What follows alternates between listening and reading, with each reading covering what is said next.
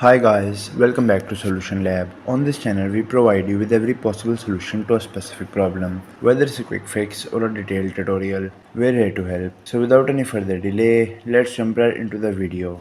So in today's video, I'm gonna show you how you can disable camera access to Snapchat. First of all, go to your mobile settings. Once in the mobile settings, scroll down and you should find apps. Click on apps, go to permissions and go to permissions again.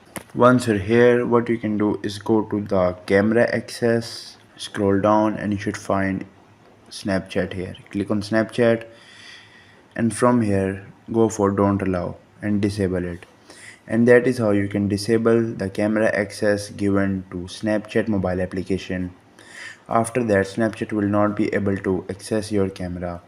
I hope this tutorial was helpful. If it was, please give it a thumbs up and consider subscribing to Solution Lab for more helpful tutorials. If you have any queries or suggestions, just leave them in the comments below.